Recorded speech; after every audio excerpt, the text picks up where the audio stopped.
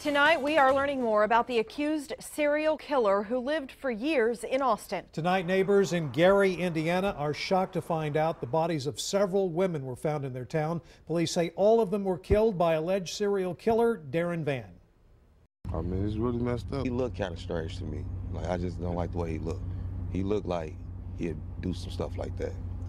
Right now, Vann is charged with one count of murder in the death of 19-year-old Africa Hardy. Police say he confessed he strangled her after what he described as rough sex at a motel in Hammond, Indiana. Charges are now pending against him in the deaths of 6 other women, and police say that number could go up. We're getting calls from all over the country from relatives of individuals who have missing individuals wanting information, so we're trying to forward everything. Investigators continue to question Vann and plan to use cadaver dogs to search abandoned buildings for other possible victims. Austin police are investigating to see if Vann could be involved in any unsolved crimes or missing person cases here in Central Texas. We do know Vann lived in this area for years, and in 2009 he pleaded guilty to raping an Austin woman.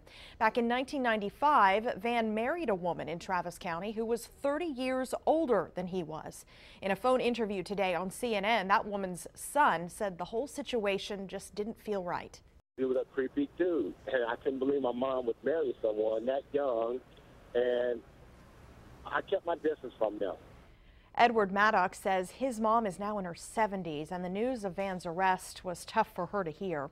We have been digging into Vann's time in Austin and found out he pleaded guilty to rape in Travis County and got a 5-year prison sentence. The Texas Department of Public Safety later listed him as low risk on its sex offender registry. We wanted to find out if his sentence fit the crime and why DPS thought he was a low risk. KXAN's Amanda Brandeis takes this in-depth look.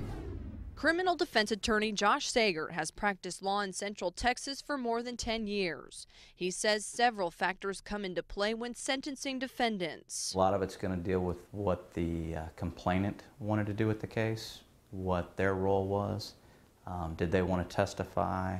Were they available? He says Travis County isn't typically lenient in violent sexual assault cases like Vann's, but that a 5-year sentence is on the low end. First-degree felony with the violence that was involved in the report that I saw, that seems a little out of the ordinary. We've reached out to the district attorney's office for more information about the 5-year sentence. They tell us the person who negotiated that plea deal is out of the country, but they say they have reopened the file and are taking another look. We asked Sager, what does a low-risk person look like? You're not a predator. It appears this guy may be, but a low risk would be, maybe it was a one-time incident, too much to drink, a date rape case. He says violent sexual offenders are more often listed high risk, likely to reoffend. Somebody's probably second-guessing themselves, going, how did we miss that? But, people can be pretty devious when they want to be. We've all met very good liars before in the past. Amanda Brandeis, KXAN News.